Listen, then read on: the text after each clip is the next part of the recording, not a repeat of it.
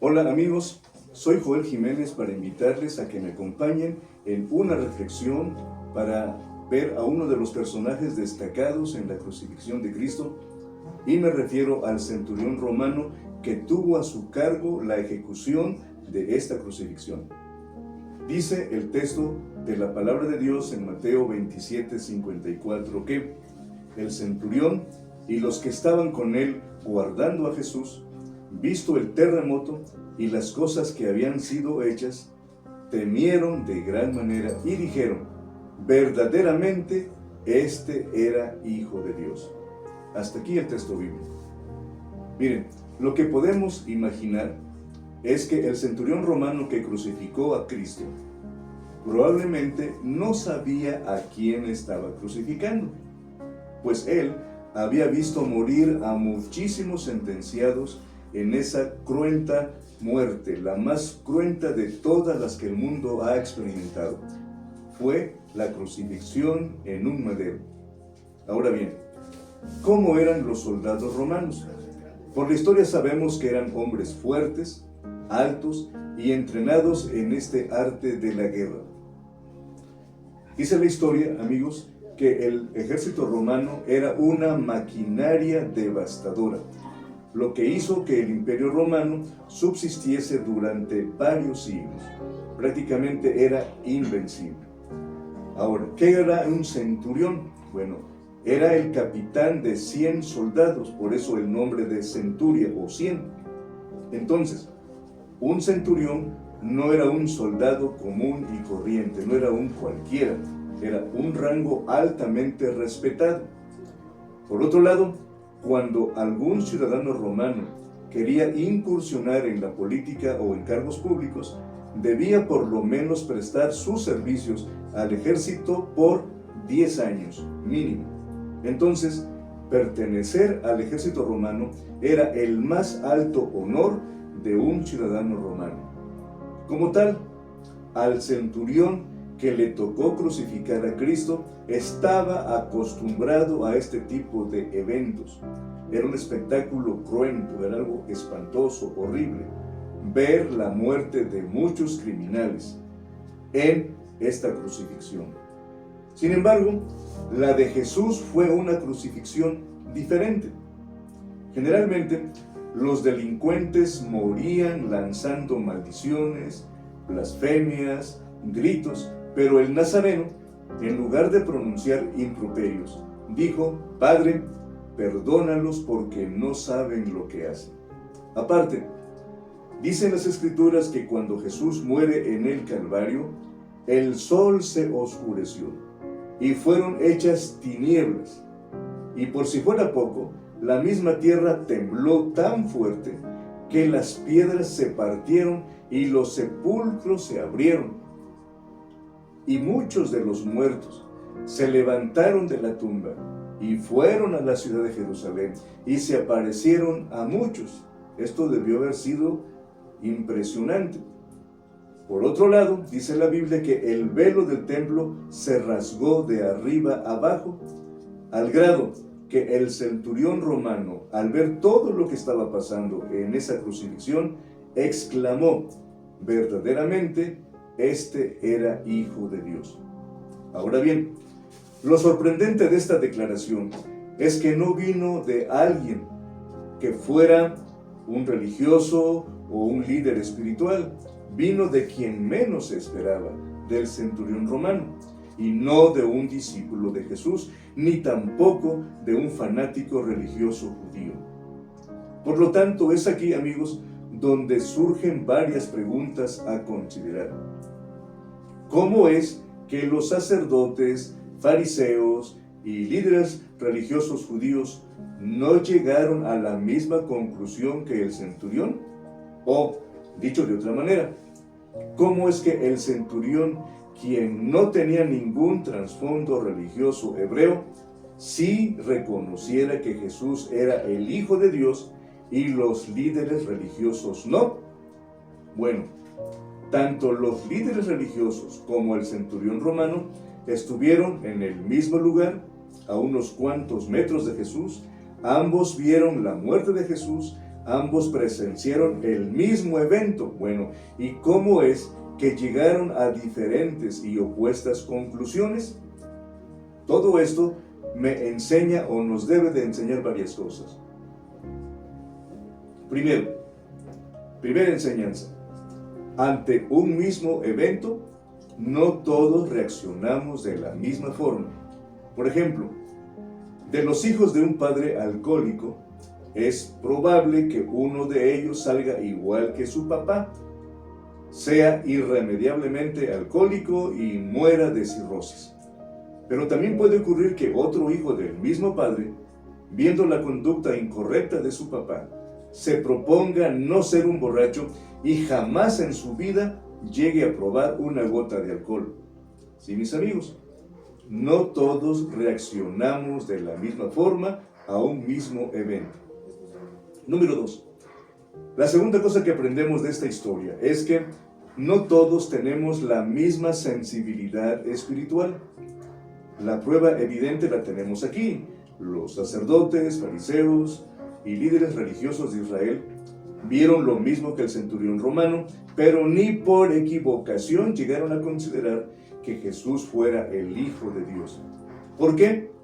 Porque la sensibilidad espiritual de estos líderes religiosos era nula, debido a que, amigos, cuando una persona permite que la soberbia, el odio, el rencor, la envidia, la suspicacia, la perversidad, etc., se apoderen de su vida, entonces la sensibilidad espiritual literalmente se pierde, se acaba, el corazón se hace duro y la conciencia se cauteriza. Número 3. La tercera cosa que podemos aprender aquí es que por esto mismo no todos respondemos ante Dios de la misma forma.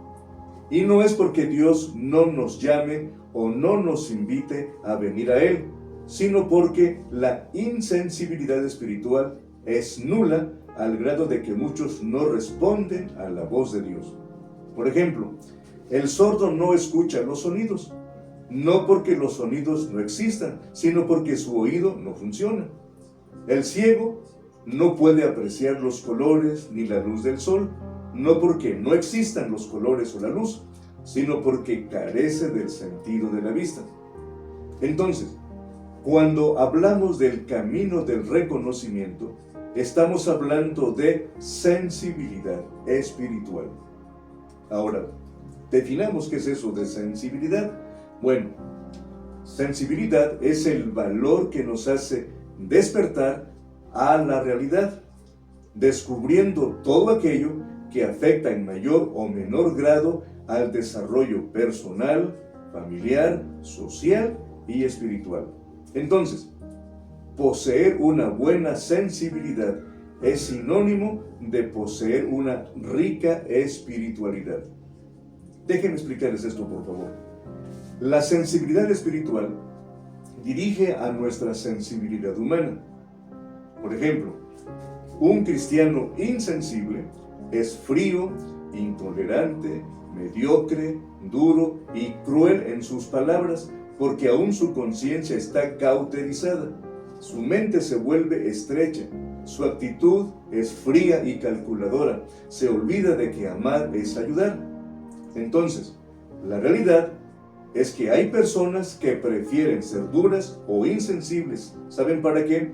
Para no comprometerse o involucrarse en cosas que ellos califican como fuera de su competencia. Vamos a poner dos ejemplos, positivo y negativo. Hablemos de sensibilidad espiritual.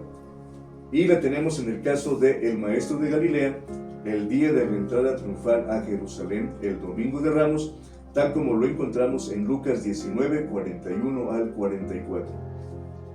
Y cuando llegó cerca de la ciudad, al verla, lloró sobre ella diciendo: «Oh, si también tú conocieses, a lo menos en este tu día, lo que es para tu paz, mas ahora está encubierto de tus ojos.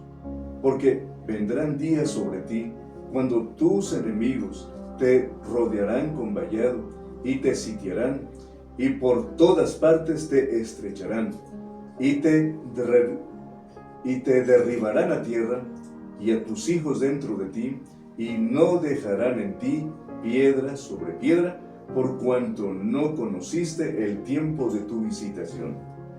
Amigos, Jesús estaba viendo lo que ellos, los habitantes de Jerusalén, no veían. Jesús tenía sensibilidad espiritual y ellos no. Es más, no estaban conscientes de nada. Ahora veamos el lado opuesto, un ejemplo de insensibilidad. Y lo tenemos en los discípulos de Cristo en aquella noche amarga en el huerto de Getsemaní. Para esto vamos a leer lo que encontramos en el Evangelio de Mateo, capítulo 26, del 38 al 40. Esto es lo que dice ahí, el texto bíblico. Entonces les dijo: mi alma está muy afligida hasta el punto de la muerte. Quedaos aquí y velad conmigo. Y adelantándose un poco, cayó sobre su rostro, orando y diciendo: Padre mío, si es posible que pase de mí esta copa, pero no sea como yo quiero, sino como tú quieres. Vino entonces a los discípulos y los halló durmiendo. Y dijo a Pedro: ¿con que no pudisteis velar conmigo una hora? Bueno, amigos, miren lo que pasó. En el momento más importante y necesario, en que Jesús requería que sus discípulos lo apoyaran en oración, estos se quedaron dormidos. ¿Por qué? Porque no se daban cuenta del momento que estaban viviendo. No tenían sensibilidad espiritual. Por lo tanto, amigos, este es el camino, estos son los pasos, esto es lo que hay que hacer para tener este reconocimiento. Número 1. Vaya constantemente al lugar donde Dios se revela más claramente. Esto es, la Biblia, la santa palabra de Dios. Recuerde que la palabra de Dios es viva y eficaz y más cortante que toda espada de dos filos y penetra hasta partir el alma y el espíritu, las coyunturas y los tuétanos, y discierne los pensamientos y las intenciones del corazón. Esto dice Hebreos 4:12. Por lo tanto, cuando usted lee la Biblia, es Dios quien le habla directamente. Y no importa que su corazón esté duro o rebelde o insensible, no se preocupe, Dios lo va a ablandar, Dios va a tocar su vida. Número 2, segundo paso. Reconozca la presencia de Dios mientras camina con Él. Es decir, no se trata solo de que usted sepa que Dios existe o que crea que hay un Dios. No, tiene que interactuar con Él. Y la mejor manera de interactuar con Dios es que hable con Dios. A esto se le llama oración. La palabra de Dios dice en Efesios capítulo 6, versículo 18: orando en todo tiempo, con toda oración y súplica en el Espíritu. Es decir, si usted sabe que Dios existe, pero no habla con Él, le va a pasar como a muchos maridos que están en casa, pero están tan metidos viendo el fútbol o otro programa en la televisión, que las pobres esposas se sienten solas o abandonadas. Si usted como esposo no tiene una comunicación con su esposa y con sus hijos, no importa la cantidad de tiempo que pase en su casa, seguirá siendo un marido o un padre ausente. Ahora vamos con el tercer paso. Esto mismo les ocurre a muchos creyentes. Saben que hay un Dios, pero no tienen una comunicación constante y vibrante a través de la oración. Número 3. En tercer lugar, amigo, acuda al culto de su iglesia con la expectativa de que va a encontrarse con Dios. Hay muchos que dicen que creen en Dios, pero no creen en la iglesia, ni en los pastores, ni en congregarse, debido probablemente a experiencias desagradables en el pasado. Sin embargo, amigos, la iglesia no la inventaron los pastores, sino Dios mismo. El Señor Jesucristo fue el que inventó la iglesia o el que la diseñó. Jesús dijo, si dos de vosotros se pusieren de acuerdo en la tierra acerca de cualquier cosa que pidieren, les será hecho por mi Padre que está en los cielos. Porque donde están dos o tres congregados en mi nombre, yo estoy ahí en medio de ellos. Esto dice, amigos, en Mateo 28, 19 y 20. Bueno, desde luego que usted puede orar y también puede leer su Biblia en su casa, eso está bien, pero nunca va a ser igual a que lo haga en compañía de otros creyentes. ¿Por qué? Porque Dios ha prometido que va a enviar bendición y vida eterna. Por eso es que Dios nos exhorta en su santa palabra a que no dejemos de congregarnos como algunos tienen por costumbre. Es decir, desde aquellos tiempos ya había esa situación problemática. Además, el texto dice, sino exhortándonos, y tanto más cuanto veis que aquel día se acerca. Esto es Hebreos 10:25. Entonces, orar y leer la Biblia en casa no anula el deber de congregarse. Y la experiencia nos dice que aquellos que oran y leen su Biblia en casa son los que más se congregan. Así que, si usted dice que no asiste a la iglesia porque lee o ora en su casa, usted está mintiendo descaradamente. Y número 4, por último, para que usted llegue al camino del reconocimiento igual que el centurión romano, medite continuamente en la verdad de Dios. Si usted no satura su mente de la palabra de Dios, lo más probable es que con tanta contaminación que este mundo proporciona, en lugar de pensar en cosas buenas, santas y puras, se llenará de inmundicia, perversidad y lascivia. Si usted ve cualquier película de Hollywood, se dará cuenta que no faltan escenas de sexo explícito que corrompen la moral. Por ejemplo, las canciones, los anuncios, el internet, las redes sociales, los medios de comunicación en general, están saturados ¿de qué? De mucha basura. Por eso lastiman y deshonran el nombre de Dios. Y vivimos en medio de tanta inmundicia, de tanta basura, que ya nos estamos acostumbrando a ello. Sin embargo, el hecho de que nos estemos acostumbrando no significa que por eso ya no sea mala. El pecado sigue siendo pecado, aunque nos hayamos acostumbrado a él.